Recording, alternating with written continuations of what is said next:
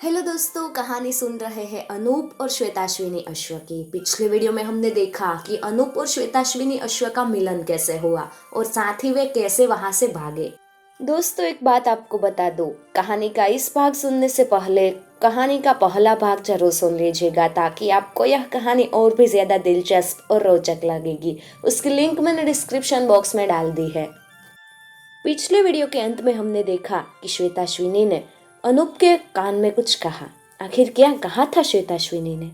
श्वेताश्विनी ने कहा था, आज नगर में पहुंचते ही तुम सीधे राजा के महल में चले जाना और पूछना कि क्या वहां माली की कोई नौकरी खाली है। वे लोग तुम्हें राजवाटिका की बागबानी के लिए नौकर रख लेंगे। बगीचे में कोने में रहने के लिए तुम्हें जो कोठरी मिलेगी उसमें तुम आराम से बने रहना। तुम्हारा बागबानी का काम जितना तुम कर सकोगे उससे भी अधिक और अच्छा अपने आप होता जाएगा। तुम्हारी क्यारियों में रोज दिन ऐसे ऐसे फूल खिला करेंगे जैसे कि सारे बाग में कहीं न होंगे। तुम बड़े तड़के वे तीनों फूल लेकर महल में चले जाया करना और एक एक फूल प्रत्येक राजकुमारी को समर्पण कर देना। किंतु स्मरण रखना कि जो सबसे अच्छा हो वह फूल सबसे छोटी राजकुमारी को ही दिया करना। इतना कहकर श्वेताश्विनी दाहिनी तरफ चली गई और अनूप भी सामने वाली पहाड़ी पार करके नगर में राजा के महल में जा पहुंचा। वहां उसे बागबान की नौकरी मिल गई। अपनी नौकरी पर अनूप श्वेताश्विनी के कहे अनुसार रहने लगा। रोज सवेरे अद्भुत फूल उसकी क्यारियों में खिलते और वह उन्हें राजकुमारियों को दे आता था। उस राजा के यहाँ सब नौकरों को महल के रसोई घर में ही भोजन मिलता था। घर के सदस्य, उनके मित्र आदि तो महल के अंदर बैठकर एक साथ भोजन करते ही प्रत्येक नौकर का खाना भी उसकी कोठरी में भेजा जाता था। छोटी राजकुमारी को बागबान अनूप पहले ही दिन से बहुत भा गया था, इसलिए उसका भोजन लेकर वह स्वयं उसकी कोठरी में जाया करती।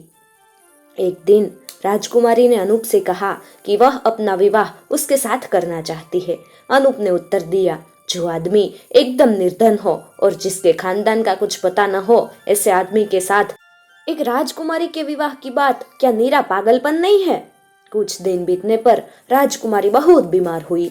राजा ने तत्काल राजवैद्य को बुलाकर उसकी नाड़ी दिखवाई। वैद्य ने कहा कि राजकुमारी को कोई खास रोग नहीं है, थोड़ा उद्वेग है। वैद्य के चले जाने पर राजा ने अपनी बेटी से कहा, तुम्हें कुछ हुआ तो नहीं है? राजकुमारी ने कहा, ठीक तो है। बागबान से कहिए कि नए फूलों से सुवासित करके कुछ शोरवा मेरे पीने के लिए तैयार कर लाए। उसे पीकर मैं पहले ही तरह स्वस्थ हो जाऊंगी। राजा की आज्ञा हुई। अनूप को अच्छे कपड़े पहनाए गए। राजा के कहने से वह शोरवा लेकर आया। महल की नौकरानियों में से एक चुड़ैल बुढ़िया भी थी, जिसे राजकुमारी की बातों में कुछ रहस्य जान पड़ा था। इसलिए अनूप और राजकुमारी की बात सुनने के लिए वे अनूप के शोरवा लेकर आने से पहले ही वह राजकुमारी के शयनागार के एक कोने में जाकर छिप गई। अनूप के अपने निकट पहुंचते ही राजकुमारी ने कहा, जी हाँ, आपको मेरे साथ विवाह करने के लिए राजी होना ही पड़ेगा। आप चाहे जो कुछ कहे, मैं किसी और के साथ विवाह नहीं करूंगी। यद्यपि अनूप ने बारंबार यही कहा कि यह कभी नहीं होने का, तथापि उस चुड़ैल ने राजा के पास जाकर सारी बात नमक मिर्च लगाकर कह डाली। राजा चुप रहा। राजकुमारी अब बिल्कुल चंगी हो गई थी, इसलिए पहले की तरह माली का भोजन लेकर वह उसके कमरे में गई। अनूप ने नित्य के नियम अनुसार थाली में से कुछ खाना निकालकर कुत्ते को दे दिया। खाते ही कुत्ता ऐंठने लगा और थोड़ी देर में वह मर गया। यह देख राजकुमारी ने थाली उठाई और सीधे जाकर उसके पिता के सामने रख दी। राजा ने यह सुनकर एक कुत्ता बुलवाया। उस थाली का थोड़ा सा खाना उसके सामने रखा गया। उसे खाते ही वह कुत्ता भी मर गया। तब राजा ने उस चुड़ैल दासी को पकड़वा मंगाया और उसके सामने वह थाली रखकर भोजन समाप्त करने के लिए कहा। दासी को वह भोजन खाना पड़ा और जब तक खाना खत्म हो वह स्वयं भी खत्म हो गई। जब राजकुमारी दूसरी थाली सजाकर अनूप के कमरे में गई, उस समय अनूप कपड़े उतारकर सोने जा रहा था। राजकुमारी ने उसका खुला चमकता हुआ सिर देख लिया। उसे देखते ही वह अपनी सूध बूध खो बैठी। उसने फिर उसी क्षण उससे विवाह का प्रस्ताव किया। अनूप ने फिर वैसा ही उत्तर दिया। अब राजकुमारी ने अपने पिता से भी अपने मन की बात कह डाली। राजा ने उसकी बात पर ध्यान नहीं दिया, पर राजकुमारी ने जिद पकड़ ली। तब राजा ने कहा, तुम्हारी इच्छा है तो तुम उसके साथ विवाह करो, पर याद रखो, दहेज के नाम पर मैं तुम्हें कुछ न दूंगा और न तुम उसके साथ महल में ही रह सकोगी। विवाह के बाद नगर के बाहर पहाड़ पर जो पुरानी हवेली है वही तुम्हारे रहने के लिए मिलेगी। हमारे पास सप्ताह में सिर्फ एक बार तुम अकेली चाहो तो आ सकती हो। राजा ने समझा कि इससे राजकुमारी की हठ जाती रहेगी, किंतु इस शर्त पर भी उसने उस बागबान के साथ विवाह करना मंजूर कर लिया। फिर तो दोनों का विवाह हो गया। अब दोनों नगर के बाहर पहाड़ पर रहने लगे। थोड़े समय बाद उनके पास खाने के लिए कुछ भी नहीं रहा। राजकुमारी अनूप के सिर के थोड़े से बाल जो कंधा करने से टूट गए थे उसे लेकर बाजार में एक सुनार की दुकान पर गई। उसे देखते ही वह हैरान हो गया और उसकी कीमत न लगा सका। तब वह दूसरे सुनार के पास गई। उसने भी उस सोने को बहुमूल्य बताकर उसका पूरा दाम दे सकने में अपनी असमर्थता प्रकट की। तब जो कुछ वह दे सका उसी से संतोष कर राजकुमारी ने घर खर्च के लिए बहुत सा सामान खरीदा और अपनी हवेली में आई। बहुत दिन तक उसे किसी वस्तु की कमी न रही। इस प्रकार साल में 2-3 बार अनूप के केश लेकर राजकुमारी बाजार में जाती और उन्हें बेचकर निश्चित अपना समय व्यतीत करती थी। कुछ दिन बाद राजा के एक गढ़ीदार ने विद्रोह किया। जब राजा को यह समाचार मिला तो उसने सेना सजाने की तैयारी की। राजकुमारी ने युद्ध का समाचार पाकर अनूप ने राजा को यह कहलाया कि वह भी युद्ध में जाना चाहता है। राजा ने यह सुनकर कहा, जिस आदमी ने जीवन में पेड़ पौधों पर रहने वाले पतंगों के सिवा कभी और कुछ न मारा हो, वह लड़ाई में जाकर क्या करेगा? राजकुमारी ने कहा, कुछ भी हो, वह आपका जमाई है। बहुत कहने सुनने पर राजा ने उसे महल में आने की अनुमति दी। अनूप ने रण क्षेत्र में जाने की तैयारी की और राजा से एक घोड़ा और ढाल तलवार मांगी।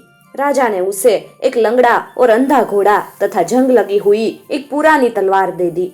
अनूप अपने अनोखे अश्व पर आश्रित हो रण क्षेत्र में शीघ्र पहुंच जाने के लिए एड़ लगाने लगा, परंतु वह अंधा घोड़ा महल के थोड़ी दूर जाकर एक गड्ढे में फंस गया और कीचड़ में ऐसा फटका कि अनूप लाख उपाय करके भी उसे गड्ढे से बाहर न निकाल सका। जिस समय अनूप ऐसे दुर्दशा में पड़ा हुआ था, उसे वही सफेद घोड़ी सामने दिखाई पड़ी। अनूप अपने अंधे घोड़े की पीठ से उतरकर उसके पास आ गया। सफेद घोड़ी की पीठ पर एक तलवार और एक बर्छा बंधा था। घोड़ी ने अनूप को वह बर्छा तथा तलवार हाथ में लेकर वासी जो एक श्याम कर्ण घोड़ा खड़ा था उसकी पीठ पर बैठ जाने के लिए कहा। जब अनूप ने श्याम कर्ण घोड़े की पीठ पर बैठ तलवार और बर्छा संभाल लिया तो घोड़ी ने उससे कहा कि मार्ग में उसे उसके दोनों साधु दिखाई देंगे, किंतु उनसे कुछ भी कहे सुने बिना उसे शत्रु की गढ़ी में फाटक पर पहुंच जाना होगा। बर्छे की पहली चोट से ही किले का फाटक चूर चूर होकर गिर पड़ेगा और तब राजा का शत्रु तुरंत सुलह के लिए प्रार्थना करने लगेगा। अनूप की एड़ लगते ही वह घोड़ा द्रुत गति से शत्रु के नगर की ओर लपक पड़ा। मार्ग में अपने साधुओं को देखकर भी उसने उनसे चिन्हारी नहीं की और सीधे शत्रु के नगर में फाटक पर पहुंचकर अपने बर्छे के प्रहार से छग्गा भर में उसे तोड़ फोड़ डाला। फाटक तोड़कर जब वह महल में घुस पड़ा तो सभी लोग उसके सामने आकर हाथ जोड़ने लगे। गढ़ीदार ने खजाने की कुंजिया और सभी कागज पत्र उसे समर्पित कर दिए। खजाने की कुंजिया और कागज पत्र लेकर अनूप लौट पड़ा और मार्ग में अपने साधुओं को देखकर बोला, युद्ध समाप्त हो गया, अब आप लौट सकते हैं। उन्होंने अनूप को न तो पहचाना और न ही उससे कुछ पूछा, उल्टे पांव घर लौट पड़े। नगर के निकट पहुंचकर अनूप उस घोड़े पर से उतर गया। उसने उस तलवार तथा बर्छे को घोड़े की पीठ पर बांध दिया।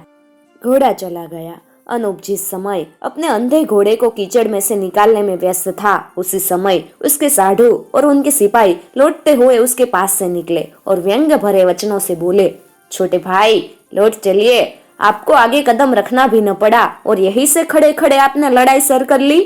अनूप ने धीरे से कहा, जी हाँ, और इस पर वे लोग खूब हंसते हुए महल को चले गए।